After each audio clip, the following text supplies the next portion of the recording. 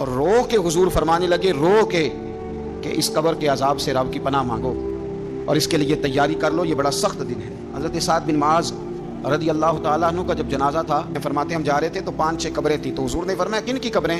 ہم نے عرض کیا یا رسول اللہ صلی اللہ علیہ وسلم یہ کافروں کی قبریں۔ یہ نبی پاک علیہ السلام نے فرمایا جو مسلمان جمعے کے دن یا جمعے کی رات کو فوت ہو، حدیث کے راوی حضرت ابو ہریرہ رضی اللہ تعالیٰ عنہ، حضور صلی اللہ تعالیٰ علیہ وسلم نے فرمایا جو شخص بیماری سے فوت ہوا، جو بندہ سورہ ملک پڑھتا ہے، سنن ترمذی میں حضرت ابن عباس سے روایت ہے کہ حضور صلی اللہ علیہ وسلم کے ایک صحابی نے ایک جگہ خیمہ لگایا تو وہاں سورہ ملک پڑھنے کی آواز آتی۔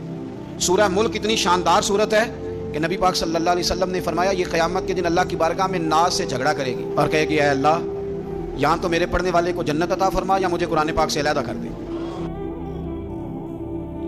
اب عذاب قبر جو ہے، قبر کے اندر جو انسان کا عذاب ہے تو وہ بھی عالم برزخ کا عذاب ہے۔ میرے رسول کریم صلی اللہ تعالیٰ علیہ وسلم نے کچھ چیزوں سے پناہ مانگی ہے، خود حضور نے، رسول کریم علیہ الصلوۃ والسلام نے پناہ مانگی۔ حضور فرمانے لگے اے اللہ مجھے کنجوسی سے، بخیلی سے پناہ عطا فرما، اور حضور نے باقاعدہ پناہ مانگی ہے کہ اے اللہ مجھے ارذل العمر ہونے سے پناہ میں رکھ، جب عمر اتنی زیادہ ہو جائے کہ وجود کے حصے کام کرنا چھوڑ جائے، اس سے پناہ مانگی۔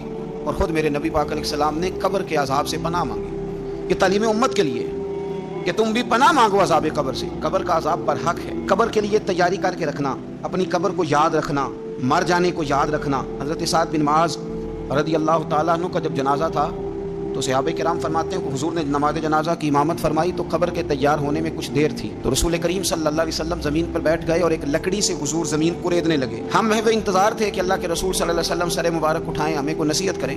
فرماتے حضور نے سر اقدس اٹھایا تو حضور کی آنکھوں میں آنسو تھے اور رو کے حضور فرمانے لگے، رو کے کہ اس قبر کے عذاب سے رب کی پناہ مانگو اور اس کے لیے تیاری کر لو، یہ بڑا سخت دن ہے۔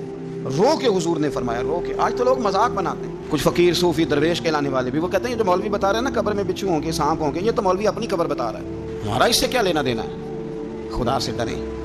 وہ چیزیں جو احادیث مبارکہ میں آ گئیں جس سے نبی پاک نے ہمیں ڈرایا، ہمیں سمجھایا، آپ اس تنبیہ کو، اس نصیحت کو آپ اس رنگ میں لیں گے کہ مذاق بنایا جائے گا دین کا، بجائے اس کے کہ اس سے ڈرا جائے۔ حضرت سیدنا براء بن عازب رضی اللہ تعالیٰ عنہ ارشاد فرماتے ہیں کہ میں نے نبی پاک صلی اللہ تعالیٰ علیہ وآلہ وسلم سے خود اس بات کو سنا ہے، خود رسول کریم صلی اللہ علیہ وسلم نے فرمایا۔ حضرت زید بن ثابت رضی اللہ تعالیٰ عنہ بھی اس بات کے راوی ہیں، فرماتے ہیں ہم جا رہے تھے تو 5-6 قبریں تھیں، تو حضور نے فرمایا کن کی قبریں؟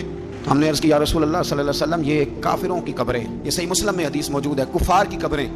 تو اللہ کے رسول صلی اللہ علیہ وسلم فرمانے لگے، ذرا حدیث کے لفظوں پہ غور کرنا، حضور فرمانے لگے اگر مجھے ڈر نہ ہوتا کہ تم اپنے مردوں کو دفن کرنا چھوڑ دو گے، اگر مجھے اس بات کا ڈر نہ ہوتا کہ تم اپنے لوگوں کو، مرنے والوں کو قبروں میں دفن کرنا چھوڑ دو گے، اگر یہ مجھے ڈر نہ ہوتا تو میں سناتا کہ قبر کے اندر کس طرح عذاب ہوتا ہے۔ تمہیں دنیا میں رہ کے میں سناتا، پر ڈر ہے کہ کہیں تم اپنے مرنے والوں کو قبروں میں دفن کرنا چھوڑ ہی نہ دو، اس لیے میں تمہیں یہ بات نہیں بتاتا۔ اور میرے رسول کریم صلی اللہ تعالیٰ علیہ وآلہ وسلم نے پھر ارشاد فرمایا، اپنے غلاموں کی طرف نظر فرمائی یہ بات کہہ کے کہ اگر مجھے ڈر نہ ہوتا کہ تم دفن کرنا چھوڑ دو گے تو تمہیں میں سنا دیتا کہ قبر میں کیا عذاب ہوتا ہے۔ پھر حضور نے صحابہ سے فرمایا چلو بھائی دوزخ کے عذاب سے اللہ کی پناہ مانگو، تو سب کہنے لگے ہم دوزخ کے عذاب سے اللہ کی، صحابہ نے کہا ہم دوزخ کے عذاب سے اللہ کی پناہ مانگتے ہیں۔ پھر نبی پاک صلی اللہ تعالیٰ علیہ وسلم نے ارشاد فرمایا تم سب کہو کہ ہم قبر کے عذاب سے اللہ کی پناہ مانگتے ہیں۔ تو صحابہ نے کہا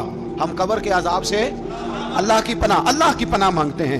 پھر میرے رسول پاک علیہ الصلوۃ والسلام نے فرمایا تم کہو، سارے یہ کہو کہ ہم ظاہری اور باطنی فتنوں سے اللہ کی پناہ مانگتے ہیں۔ تو صحابہ نے کہا کہ ہم ظاہری اور باطنی فتنوں سے اللہ کی پناہ مانگتے ہیں۔ پھر میرے محبوب علیہ السلام نے فرمایا تم کہو کہ ہم دجال کے فتنے سے اللہ کی پناہ مانگتے ہیں۔ تو صحابہ کرام نے کہا کہ اے اللہ ہم دجال کے فتنے سے تیری پناہ میں آتے ہیں۔ نبی پاک علیہ السلام نے یہ الفاظ کہہ کے، یہ بات بتلا کے ہمیں سمجھا دیا، ہمیں قائل فرمایا محبوب نے۔ یاد رکھنا، اس بات کو اچھی طرح سمجھ لینا کہ اگر مجھے ڈر نہ ہوتا کہ تم اپنے مردوں کو دفن کرنا چھوڑ دو گے تو تمہیں بتلا دیتا کہ قبر میں کتنا سخت عذاب ہوتا ہے۔ میرے عزیز، کچھ لوگ ایسے ہیں جن سے عذاب قبر ہوگا ہی نہیں۔ میرے رسول کریم صلی اللہ تعالیٰ علیہ وسلم نے ارشاد فرمایا کہ جو اللہ کے رستے میں شہید ہو گیا، یہ سنن نسائی میں موجود ہے، اسے عذاب قبر نہیں ہوگا، بلکہ ایک حدیث میں تو فرمایا حساب کتاب ہی نہیں ہوگا، اللہ بغیر سوال جواب کے جنت عطا فرما دے۔ کچھ لوگوں کو لوگوں کی بخشش پہ بھی مسئلہ ہی بنتا ہے کہ کوئی بخشا نہ جائے۔ ایک صاحب کہہ رہے تھے جی یہ کیا معاملہ ہے کہ جمعے کو بندہ مر گیا یا فلانا ہو گیا تو اس سے حساب کتاب نہیں ہوگا، اتنے اتنے بڑے جرم لوگوں نے کتنے پاپ، اور جمعے کو مر گیا تو بخشا جائے گا. تو میں نے کہا جرموں کا بھی اسے حساب اللہ لے لے گا، لیکن میاں حساب کتاب کی ڈیوٹی نہ اللہ کی ہے تو بہتر یہ ہے کہ اسی کے ہاتھ میں رہے، تو نہ اپنے ہاتھ میں لینے کی کوشش کر. سنن ترمذی کی حدیث. ہمیں پتہ نہیں کیا مصیبت ہے، ہمیں پتہ نہیں کیا مسئلہ ہے. ایک جنازے سے میں نکلا، آپ یقین کریں کبھی کبھی کلیجہ پھٹ جاتا ہے. میں ایک جنازے سے نکلا تو میرے ساتھ ایک بندہ جنازہ پڑھ کے نکلا تو کہنے لگا جی پیر صاحب دیکھیں آج کتنی دنیا آئی ہے، حالانکہ جو بندہ اس طرح کا تھا، اس طرح کا تھا، اس طرح کا تھا. میں نے اسے کہا یار تجھے تو فکر ہی لگ گئی ہے کہ جنت میں چلا ہی نہ جائے. تو اس طرح کرنا، جنت کے دروازے کے سامنے کھڑے ہو جانا ڈنڈا لے کے کہ میں نے نہیں جانے دینا. شرم آنی چاہیے ہمیں. اللہ فرماتے ہیں جنت اتنی چوڑی ہے جتنے زمین و آسمان، اس کی چوڑائی زمین اور آسمان کے برابر ہے. تو ہم تو اپنے علاوہ کسی کو جانے نہیں دینا چاہتے جنت میں. اور بس کریں، جنت خدا کا فضل ہے، اور اللہ فرماتے ہیں میرا فضل میں جسے چاہتا ہوں عطا کرتا ہوں. یہ سنن ترمذی کی حدیث، اور اس کے راوی حضرت عبداللہ ابن عمر رضی اللہ تعالیٰ عنہ. نبی پاک علیہ السلام نے فرمایا جو مسلمان جمعے کے دن یا جمعے کی رات کو فوت ہو اس کو اللہ تعالیٰ قبر کی آزمائش سے محفوظ رکھتا ہے. جو جمعے کی رات فوت ہو جائے یا جمعے والے، یعنی جمعے رات اور جمعے کی درمیانی رات چلا جائے یا جمعے والے، تو اللہ اسے عذاب قبر سے. تو میرے عزیز، جو بندہ شہید ہو اس سے عذاب قبر نہیں ہوتا. جو آدمی جمعے کے دن یا جمعے کی رات چلا جائے اسے بھی عذاب قبر نہیں ہوتا. اور میرے رسول کریم صلی اللہ تعالیٰ علیہ وسلم نے فرمایا جو بندہ ایک دن اور ایک رات، یہ حدیث صحیح مسلم میں، سنن ترمذی میں، مصنف عبدالرزاق میں موجود ہے، ایک دن اور ایک رات اللہ کی رضا کے لیے اسلامی سرحد پہ پہرا دے. میں اور آپ سوئے ہوئے ہیں، لیکن وہ لوگ جو فوجی بارڈروں پہ کھڑے ہیں، دیکھو مدینے والے محبوب کس کس پہ کرم فرماتے ہیں. ساری عمر نہیں، 24-25 سال کی سروس نہیں، فرمایا ایک دن اور ایک رات اللہ کی رضا کے لیے جو اسلامی سرحد پر پہرا دے، مسلمانوں کو کافروں سے بچائے، رب اسے عذاب قبر نہیں دے گا، اسے اللہ تعالیٰ اپنے فضل سے معاف فرما دے گا. ایک رات اور ایک. آپ کیا سمجھتے ہیں کہ ان فوجیوں کی کوئی چھوٹی شان ہے؟ ان کا کوئی چھوٹا مرتبہ ہے؟ ایک دن اور ایک رات اگر یہ پہرا دیں تو اللہ انہیں اتنا انعام عطا کرتا ہے. اسی طرح سن لو، یہ ذرا غور سے سننا، ابن ماجہ کی حدیث، اور اس کے علاوہ مسند ابو یعلا میں موجود حدیث کے راوی حضرت ابو ہریرہ رضی اللہ تعالی عنہ، حضور صلی اللہ تعالی علیہ وسلم نے فرمایا جو شخص بیماری سے فوت ہوا، قربان جاؤں میرے محبوب نے بیماری کا نام ہی نہیں لیا، فرمایا کوئی بھی بیماری ہو، فرمایا جو آدمی بیماری سے فوت ہوا اللہ اسے شہادت کی موت عطا فرمائے گا، اور وہ عذاب قبر سے اور قبر کے امتحان سے بھی محفوظ رہے گا. اور حضور فرماتے ہیں اس کو صبح اور شام جنت کے باغوں میں سے رزق دیا جائے گا. جو کسی بھی بیماری سے مرا، یہ لوگ بیماری سے مر رہے ہیں تو لوگوں نے اچھوت سمجھ رہے ہیں. اچھوت، یہ اچھوت نہیں ہے، اس لیے کہ لوارث نہیں، یہ خدا رسول کے ماننے والے ہیں. تم انہیں اچھوت کہہ رہے ہو اور مدینے والے رسول انہیں شہید فرما رہے ہیں. حضور نے فرمایا جو بیماری سے مرے شہید ہے، وہ قبر کے عذاب سے محفوظ رہے گا اور جنت کے باغوں میں سے اللہ رزق دے گا. لوگ کہتے ہیں دیکھو جی بڑا تنگ ہو کے دنیا سے گیا ہے، تو اس بندے کو بھی عذاب قبر نہیں ہوتا. اسی طرح جو بندہ سورہ ملک پڑھتا ہے، سنن ترمذی میں حضرت ابن عباس سے روایت ہے کہ حضور صلی اللہ علیہ وسلم کے ایک صحابی نے ایک جگہ خیمہ لگایا تو وہاں سورہ ملک پڑھنے کی آواز آتی، کوئی بندہ پڑھنے والا نظر نہیں آتا تھا. جب حضور کی بارگاہ میں عرض کیا تو فرمایا وہاں قبر تھی اور قبر کے اندر بیٹھ کے میرا صحابی سورہ ملک کی تلاوت کر رہا. اگر ہمیں خسرہ نمبر یاد ہو جاتا ہے نا اپنی جگہ کا، اور ہمیں پتہ ہوتا ہے کہ میرے والا حصہ کتنے کروڑ کا ہے، اگر ساری کہانیاں ہمیں یاد ہوتی ہیں تو سورہ ملک بھی ہمیں یاد ہو سکتی ہے. موبائل پہ اس کو ریکارڈ کر لیں، پھر اس کو سنیں کبھی بھی سورہ ملک میں. اور ہمارے سلسلہ عالیہ میں تو سورہ ملک وظیفہ ہے. ہمارے الوظیفۃ الکریمہ میں اعلیٰ حضرت نے لکھا ہے کہ رات کو سورہ ملک اور سورہ یاسین کے بغیر سونا نہیں. سورہ ملک اتنی شاندار صورت ہے کہ نبی پاک صلی اللہ علیہ وسلم نے فرمایا یہ قیامت کے دن اللہ کی بارگاہ میں ناز سے جھگڑا کرے گی اور کہے گی اے اللہ یہاں تو میرے پڑھنے والے کو جنت عطا فرما یا مجھے قرآن پاک سے علیحدہ کر دے. میرے رسول کریم علیہ السلام نے مومن کی قبر کا حال بھی بتایا. سنن ترمذی میں صحیح ابن حبان میں حضرت ابو ہریرہ رضی اللہ تعالیٰ عنہ بیان کرتے ہیں کہ حضور صلی اللہ علیہ وسلم نے فرمایا جب میت کو قبر میں رکھا جاتا ہے تو اس کے پاس سیاہ رنگ والے اور نیلی آنکھوں والے دو فرشتے آتے ہیں اور اس کو اٹھا کے بٹھاتے ہیں. باقی حدیثوں میں 3 ہی سوال ہیں، لیکن اس حدیث میں حضور نے فرمایا انہوں نے بس میرے بارے میں پوچھنا ہے، اٹھا کے بس میرے بارے میں صرف یہ پوچھنا ہے بتا مدینے والے محبوب کے بارے میں دنیا میں کیا کہا کرتا تھا. تو اعلیٰ حضرت بریلوی تو کہتے ہیں میں نے تو کہہ دینا ہے سرور کہوں کہ مالک و مولا کہوں تجھے، باغ خلیل کا گلے زیبا کہوں تجھے، تیرے تو وصف عیب تناہی سے ہیں بری، حیران ہوں میرے شاہ میں کیا کیا کہوں تجھے، لیکن رضا نے ختم سخن اس پہ کر دیا، خالق کا بندہ خلق کا آقا کہوں تجھے. اور پیر میر علی شاہ صاحب کہتے ہیں میں نے وہاں یہ کہنا ہے کہ مکھ چند بدر شاہ شانی ہے تے متھ چمک دی لاٹ نورانی ہے، کالی زلف تے اکھ مستانی ہے، مخمور اکھی ہیں مد بھریاں سبحان اللہ، ما اجمل کا ما اکمل کا ما احسن کا تے کتھے میرے علی کتھے تیری ثنا، مشتاق اکھیں کتھے جاڑی. تو نبی پاک علیہ السلام فرماتے ہیں میرے بارے میں پوچھیں گے، میرے بارے میں. ویسے بھی ایک سوال لازمی ہوتا ہے نا، یہ والا سوال لازمی ہے، من ربو کا پوچھ کے نا تو جنت جہنم کا فیصلہ نہیں، ماں دینو کا پوچھ کے جنت جہنم کا فیصلہ. ہاں بات اگر ختم ہونی ہے تو مدینے والے کے سوال پہ ختم ہونی. اس لیے کھول کے ناطے پڑھا کرو اور راج کے درود پڑھا کرو. یہ بات یاد رکھیں، یہ فیصلہ حضور کی ذات پہ ختم ہونا ہے. وہ شکایتیں کرتے ہیں نا لوگ آ کے. تو ایک بچی کو ہمارے ہاں داخل کرانے کے لیے ایک صاحب لے کے آئے تو کہنے لگے بڑا عرصہ اسے فلانے مدرسے میں داخل کرایا، سوائے نعتوں کے کچھ بھی نہیں سیکھا اس نے. تو میں انہوں نے آخیا چاچا جی جڑی اصل کام سی وہ تو سیکھ گئی نا تھوڑی بچی. قرآن و سنت بھی حضور کی نعت ہی ہے، لیکن آپ کو پتہ ہے کہ بات ختم مدینے والے کی نعت پہ ہی ہوتی ہے. حضور کا پیار اصل ہے. تو حضور فرماتے ہیں میرے بارے میں پوچھا جائے گا، وہ کہے گا کہ ان کے بارے میں کیا پوچھتے ہو؟ اشہد ان لا الہ الا اللہ واشہد ان محمدن عبدہ ورسولہ. تو فرماتے ہیں پھر اسے نا ایک طرف کھڑکی کھولی جائے گی تو جہنم کا دروازہ دکھایا جائے گا اور اسے کہا جائے گا اگر تو سوالوں کے صحیح جواب نہ دیتا تو دوزخ میں جاتا، لیکن اب تو نے صحیح جواب دیے ہیں. تو حضور فرماتے ہیں اس کی قبر 70 گز چوڑی اور 70 گز لمبی کر دی جائے گی. مسجد میں اسی والے حال میں جگہ مل جائے تو بندہ بڑا سکھی رہتا ہے، اور صبح جائے بینک اور پہلی لائن میں موقع مل جائے تو بندہ بڑا سکھی رہتا ہے کہ میرا جاتے ہی کام ہو گیا. او خدا کے بندے، قبر بندے کی قبر، مکان اچھی سوسائٹی میں اچھا خستہ اور سستا مل جائے تو بندہ کہتا ہے کہ سودا بڑا بارے دا لب گیا، بھائی بڑا کمال ہو گیا، مزہ نہیں آ گیا. قبر 70 گز لمبی اور 70 گز چوڑی. اور یہ ترمذی شریف پڑھ رہا ہوں، بڑی مزیدار حدیث. نبی پاک صلی اللہ علیہ وسلم فرمانے لگے پھر اس کی قبر کو نور سے بھر دیا جائے گا. حضور کو پہچان گیا نا، قبر نور سے بھر دی گئی اور جب 70 گز لمبی کر دی گئی تو بڑے پیارے لفظ ہیں حدیث کے. حضور فرماتے ہیں وہ بندہ پھر فرشتوں سے ایک بات کہے گا، عربی میں بھی ہے اردو میں بھی ہے، وہ میرا دل کرتا ہے پنجابی میں بتاؤں. وہ نا فرشتوں سے وہ بندہ کہتا ہے جب قبر ہو گئی نا 70 گز لمبی 70 گز چوڑی اور نور سے بھر گئی، قربان جائیں. حضور فرماتے ہیں وہ مردہ وہ جو قبر میں پہنچا ہے، جب اس کی قبر کو یہ شان ملتی ہے تو فرشتوں سے پتہ کیا کہتا ہے؟ کہتا ہے میں گھر نہ دسا وہاں جا کے، یہ ذرا گھر نہ بتاؤں دوڑ کے، یہ ذرا میں اپنے گھر بتاؤں بھاگ کے کہ اللہ نے بڑی خیر کر دی. اپنی اماں نہ دسا وہاں، میں بچوں کو بتا کے آؤں کہ موج بن گئی ہے، میں بتاؤں اپنی بیوی کو، بتاؤں اپنے بہن بھائیوں کو، میں گھر نہ دسا وہاں. قربان جائیں میرے رسول کریم فرماتے ہیں فرشتے اس سے کہتے ہیں نہیں تو کسی کو نہ بتا، نم کا نومت العروس، تو اس طرح سو جا جس طرح پہلی رات کی دلہن سویا کرتی. وہ بڑے چاؤں میں سوتی ہے، وہ بڑے پریم میں سوتی ہے، نئی زندگی کا آغاز ہوتا ہے تو سوتی ہے. اور فرشتے کہتے ہیں اب تجھے وہی آ کے جگائے گا جو تیرے اہل میں تجھے سب سے زیادہ محبوب ہوگا، جو تجھے سب سے زیادہ محبوب ہوگا. میرا تو ایمان ہے کہ ہمیں تو قبر سے آ کے جگائیں گے بھی مدینے والے رسول، کہیں گے آؤ غلاموں چلیں، آؤ غلاموں. اور وہ کشمیر کے رومی وقت نے میاں صاحب نے کہا تھا باد مرن دے قبر میری تے میرے اپیرا جے کر پامے پھیرا. آپ حسن دیکھیں کلام کا اور انداز دیکھیں، بعد مرن دے قبر میری تے میرے اپیرا جے کر پامے پھیرا، تے قبر دے وچوں ہڈیاں اٹھ کے مجرا کر سن تیرا. تو ایک دفعہ آ تو صحیح، میں لوگوں کو وجد کر کے دکھاؤں گا. دیکھو نا وہ آج آئے ہیں، وہ آئے ہیں میرے مزار پہ. آج دیکھو ذرا رنگ تو دیکھو کس طرح نرالا اور انوکھا ہو گیا. وہ خود آئے ہیں. مومن کی قبر جنت کا باغ بنے گی، اسے نوازا جائے گا، اسے دیا جائے گا، اسے عطا کیا جائے گا. حضور نے نا لوگوں کو سمجھایا تھا. پہلے لوگ کسی عقیدے کے قائل ہی نہیں تھے. محبوب نے سمجھایا کہ دنیا مختصر ہے. حضور نے بتایا کہ مرنے کے بعد ہمارے لیے جو قبر ہے اس کو صرف ایک پہلو نہ سمجھ لینا، وہ گڑھا بھی ہے دوزخ کا لیکن وہ جنت کا باغ بھی ہے. نبی پاک نے لوگوں کو ایجوکیٹ کیا، تعلیم دی، سمجھایا کہ تم ایک نظریاتی زندگی گزارو. فقط یہ 50-60 سال کی کل زندگی نہیں، یہ تو تمہیں بھیجا گیا ہے کام کرنے کے لیے، کاشتکاری کرنے کے لیے. مرنے کے بعد تم نے اس کاشتکاری کا پھل کاٹنا ہے.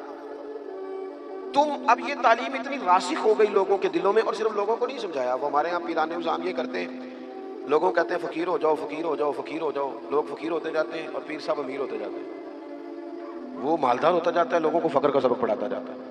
نبی پاک علیہ السلام نے لوگوں کو جب یہ کہا نا کہ زندگی چند روزہ ہے، تو یہ تعلیم لوگوں کو تو دی لیکن اپنا حال یہ تھا. ایک وقت روٹی کھائی اور 3 وقت فاقہ کیا. محبوب نے چٹائی پر آرام فرمایا. حضور موٹے بان کی چارپائی پہ لیٹے، موٹے بان. اور حضرت عمر فرماتے میں تبن سخت تھا لیکن حضور کی کمر پر جب میں نے چارپائی کے نشان دیکھے تو میں رو پڑا.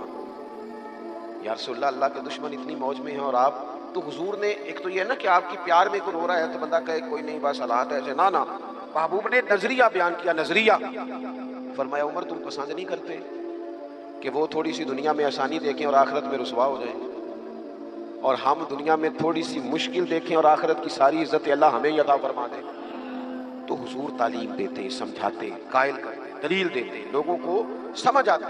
اور وہ پھر شعور اتنا بلند ہوا، اتنا بلند ہوا، اتنا بلند ہوا، یقین علم الیقین تک سے شروع ہو کر عین الیقین تک پہنچا اور حق الیقین تک پہنچا کہ حضرت انس بن نضر رضی اللہ تعالیٰ عنہ احد کے میدان میں جب موجود تھے نا تو جنت کی باتیں سن سن کے وہ تعلیم لے لے کے قلبی واردات اس طرح کی ہو گئی تھی کہ میدان احد میں کھڑے ہو کے لوگوں سے کہہ رہے تھے نہ ادھر جاؤ ادھر واپس آؤ، مجھے تو احد پہاڑ کے دامن سے جنت کی خوشبو آ بھی رہی ہے، جنت کی خوشبو آ رہی ہے۔ تو تعلیم کا کچھ نہ تھوڑا سا سیکھنے کا ماحول بنائیں۔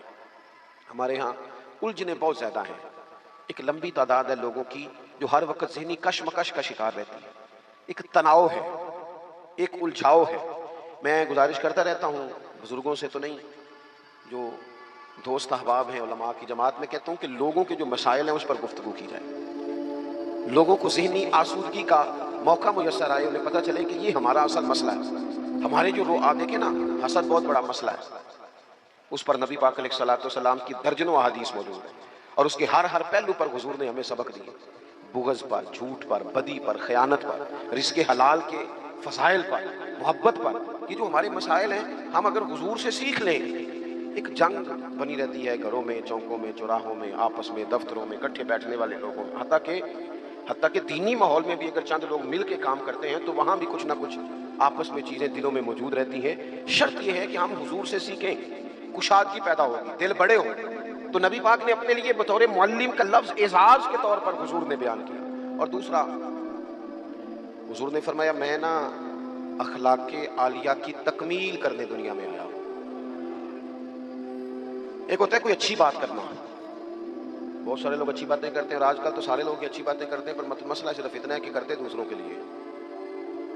جتنی اچھی باتیں ہو رہی ہیں وہ ساری اچھی باتیں دوسروں کے لیے۔ اگر وہ اچھی بات جو ہم کر رہے ہیں صرف وہ والی کریں نا جس پر ہم عمل کرتے ہیں، تو جو تبلیغ عمل سے ہوتی ہے وہ دیر پا ہوتی ہے، اس میں وسعت ہوتی ہے۔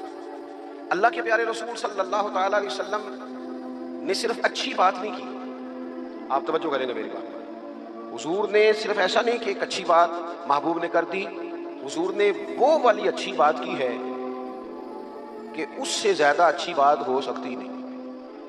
اعلیٰ حضرت کہتے ہیں سارے اچھوں سے اچھا سمجھئے جسے ہے اس اچھے سے اچھا ہمارا نبی۔ ایک ہوتا ہے روٹین میں کوئی خیر کی بات کرنا، اور ایک ایسی بات کر دینا کہ پھر گنجائش باقی نہ رہے۔ نبی کریم علیہ السلام نے وہ خیر کی باتیں کی ہیں کہ مزید پھر گنجائش ہے۔ یہ جو ہمارے یہاں مصیبت بن گئی ہے نا کہ ہم نے وہاں سے بھی سیکھنا ہے دانش، وہ ہمارے اسکولوں کالجوں کی دیواروں پر انگریزوں کے قول بھی لکھ دیے۔ تو میں کہتا ہوں کیا احادیث ساری یاد ہو گئی تھی بچوں کو؟ قرآن مجید کی آیات یاد ہو گئی تھی؟ اور کیا کوئی ایسی بات تھی جو حضور نے بیان نہ کی ہو، جو آپ کو ادھر ادھر جانا پڑا؟ اللہ کے پیارے رسول صلی اللہ تعالیٰ علیہ وسلم نے تکمیل کر دی اخلاق عالیہ، بلندی اخلاق جہاں تک جا سکتے تھے وہ ساری چیزیں حضور نے ہمیں دی ہیں۔ اخلاق کی کوئی ایسی بات نہیں جو رسول پاک صلی اللہ تعالیٰ علیہ وسلم نے ہمیں نہ بتائی ہو، اور وہ باتیں ہمیں یاد بھی ہیں۔ بس مسئلہ یہ ہے کہ تقریریں، میں آج کل یہ دیکھتا ہوں کہ آپ آ جائیں گے، آپ یہاں بھی بیان کر دیں، آپ تھوڑا وہاں بھی کر لیں، تھوڑا وہاں بھی کر لیں، تو میں یہ اکثر کہتا ہوں دوستوں سے کہ اگر تو تقریریں ہیں فقط کانوں کی لذت کے لیے پھر تو سارا دن سنو، اور اگر عمل کے لیے ہے نا تو پھر میرا خیال ہے 20 منٹ اگر کسی نے کوئی بات سن رکھی ہے تو عمل کے لیے کافی ہے، وہ عمل کے لیے کافی ہے۔ وہ بزرگ ایک مثال دیا کرتے تھے کہ ایک شخص نے کسی مولانا سے سن لیا تھا، بعض اوقات لوگ کھیتوں میں قضائے حاجت کے لیے جاتے تھے پیشاب کرنے، تو کہا سخت جگہ پہ پیشاب نہ کرو، وہ اس لیے کہ پیشاب کے چھینٹے پلٹ کر کپڑوں پہ نہ آئیں۔ تو اس بیچارے نے وہ مسئلہ سن لیا، وہ صرف نعرے والا نہیں تھا نا عمل والا تھا، اس نے پھر نہ اپنی رومال میں ریت باندھ کے کندھے پہ رکھ لی، جہاں اسے قضائے حاجت کا موقع آتا وہ پہلے ریت رکھتا، اس میں وہ پیشاب کرتا تاکہ میرے کپڑوں کو۔ تو کسی نے کہا چل دوبارہ محفل میں جانا ہے، کچھ سننا ہے، تو کہنے لگا نہ بھائی بس جو ایک مسئلہ سنا تھا اس کے لیے کندھے پہ ریت اٹھائے پھرتا ہوں۔ یہ ایک سادی بات ہے لیکن سمجھنے کے لیے ہے، اگرچہ آپ ہنسے پر سمجھنے کے لیے ہے نا کہ جن کا عمل کرنے کا مزاج تھا وہ تو یہاں تک تھے، اور جن کا خیال یہ کہ اب دیکھیں ساری محفل ہوئی، پھر راتی پھر آپ مزہ کیا ہے، او ہو کیا بھائی آپ نے اور میں نے یہی تو کام کیا ہے۔ نبی کریم نے بلند اخلاق سکھائے۔ ایک حدیث اگر میرے ملک میں نافذ ہو جائے نا، ایک، کتنی کہہ رہا ہوں، ہاں نہ نہیں کرتے آپ ناراض ہیں، کتنی، ایک پہ عمل ہو جائے نا، ایک پہ بس، تو سارے مسئلے حل ہو جائیں۔ ایک بات، اور لمبی چوڑی نہیں، حضور کو جو اللہ نے جوامع الکلم عطا فرمائے ان میں سے ایک بات، اللہ کے پیارے رسول علیہ السلام نے فرمایا میرا مومن وہ ہے، اتنی بڑی بلند اخلاق کی بات ملے گی نہیں آپ، فرمایا میرا مومن وہ ہے جو اپنے لیے پسند کرتا ہے وہی اپنے بھائی کے لیے بھی پسند کرتا ہے۔ دو ختم ہو گئی بات۔ آج کے بعد زندگی میں یہ ایک بات طاری کر لو، ایک صرف، کہ جو اپنے لیے پسند کرنا ہے وہی اپنے کوئی ملاوٹ ہوگی، کوئی آدمی غلط چیز بیچے گا، کوئی غلط چیز بنائے گا، کوئی خرابی پیدا ہوگی. کیوں کہ اس نے نا، میں دکان پہ ایک دفعہ کپڑے خریدنے کے لیے بیٹھا تھا تو ایک صاحب کہنے لگے پیر صاحب یہ لے لیا تو میں بھی پایا ہے. میں کیا سارے نو یہ دیا کر جڑا آپ پانا ہے. دیکھو نا یہ کیا بات ہوئی، آپ کو پہچان ہے نا کہ یہ کپڑا ٹھیک ہے، آپ باقیوں کو خرید، آپ مارکیٹ سے لے کے وہی آئیں بس جو آپ سمجھتے ہیں کہ یہ لوگوں کے لیے. کیوں ہم اس طرح کا کام کرتے ہیں؟ کیوں نہیں ہم سمجھتے کہ یہ غیر نہیں ہے، یہ ہمارے اپنے لوگ ہیں؟ یہ کیسے ہو سکتا ہے کہ کسی کے بچوں کو آپ ملاوٹ والی چیز کھلائیں اور بیماریاں آپ کے گھر نہ آئیں؟ یہ کیسے ہو سکتا ہے؟ اچھا جی قبر میں چلے گئے، کتنے سوال ہوتے ہیں قبر میں؟ بولے کتنے سوال ہوں گے؟ اللہ آپ کو خوش رکھے. 3 سوال ہوں گے. پہلا کیا ہے؟ تیرا رب کون ہے؟ میں مثال دینے لگا ہوں. کسی نے انکار کر دیا، کہنے لگا ہا ہیتا لا ادری، میں نہیں جانتا. تو اللہ کو نہیں مانتا تو چاہیے نا رب جہنم میں ڈال دے، پر اللہ نے دوزخ میں نہیں ڈالا. ابھی دوسرا سوال پوچھو، ماں دینوں کا تیرا دین کیا ہے؟ ہا ہیتا لا ادری. کافر ہے، منافق ہے، فاسق ہے، کہتا ہے افسوس میں نہیں جانتا. چاہیے تھا نا دین نہیں جانتا دوزخ میں ڈالا جائے، لیکن اللہ ابھی دوزخ میں، ابھی جہنم کا گڑھا نہیں بنی. فرمایا تیسرا سوال پوچھو. حضور کا چہرہ دکھایا، ما کنتا تقول فی حق ھذا الرجل، ان کے بارے میں کیا کہتا تھا؟ اس نے کہا میں نہیں جانتا. اللہ نے فرمایا تو میرے نبی کو نہیں جانتا، پکڑو اس کو جہنم میں داخل کر دو. نہ اپنی ذات کے انکار پر دوزخ میں بھیجا، نہ دین کے انکار پر. کہا میرے مصطفیٰ کو نہیں مانتا، ڈالو اس کو جہنم کے اندر. تمام کتب حدیث، تمام بخاری سے لے کر طبرانی تک، تمام کتب حدیث میں اسی رنگ میں روایت ملے گی. قبر میں بندہ گیا، مومن ہے، مسلمان ہے، نمازی ہے، 10 حج کیے، 15 عمرے کیے، زکاتیں، صدقات، خیرات، عبادات، نفل، نماز، داڑھی، حج، عمرہ، بڑا کچھ. ہاں بھائی من ربو کا؟ اس نے کہا ربی اللہ، اللہ میرا. اس کو جنت کوئی نہیں ملی، ابھی جنت کی کھڑکی. دوسرا سوال پوچھو، ماں دینوں کا تیرا دین کیا ہے؟ دینی الاسلام، میں اسلام کو مانتا ہوں. جنت مل گئی. پورے کے پورے دین کو مان رہا ہے، نماز کو مان رہا ہے، حج کو مان رہا ہے، زکات کو مان رہا ہے، عبادات کو مان رہا ہے، ہر چیز کو مان رہا ہے، لیکن جنت ملی. فرمایا تیسرا سوال پوچھو. حضور کا جلوہ والدہا دکھایا. کچھ لوگ غلط ترجمہ کرتے ہیں، یہاں بھی کہتے ہیں پوچھا جائے گا یہ کون ہے. یہ لفظ نہیں ہے، ما کنت تقول فی حق ھذا الرجل. اللہ فرمائے گا یہ بتا دنیا میں میرے نبی کو کیا کہا کرتا تھا، ان کے بارے میں تو دنیا میں کیا کہا کرتا تھا. تو جو کہا کرتا تھا وہ کہہ کہ اسی وقت پکار اٹھے گا کہ میں کہا کرتا تھا یا نبی پکارا کر. میں یہ کہا کرتا تھا یا نبی. میں یہ کہا کرتا تھا کہ دشمن احمد پہ شدت کیجئے، ملحدوں سے کیا مربت کیجئے، اور شرک ٹھہرے جس میں تعظیم حبیب، اس برے مذہب پہ لعنت کیجئے، اور مثل فارس زلزلے ہوں نجد میں ذکر آیاد ولادت کیجئے، اور غیظ میں جل جائے بے دینوں کے دل، یا رسول اللہ کی کثرت کیجئے، یا رسول اللہ کی کثرت. میں یہ کہا کرتا تھا. اچھا اس نے اللہ کو مانا، دین کو مانا، جنت نہیں ملی.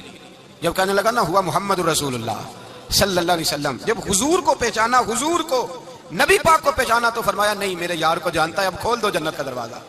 تو بھائی مغز قرآن، روح ایمان، جان دین، ہست حب رحمت للعالمین، حضور کی محبت اصل ہے دین کی.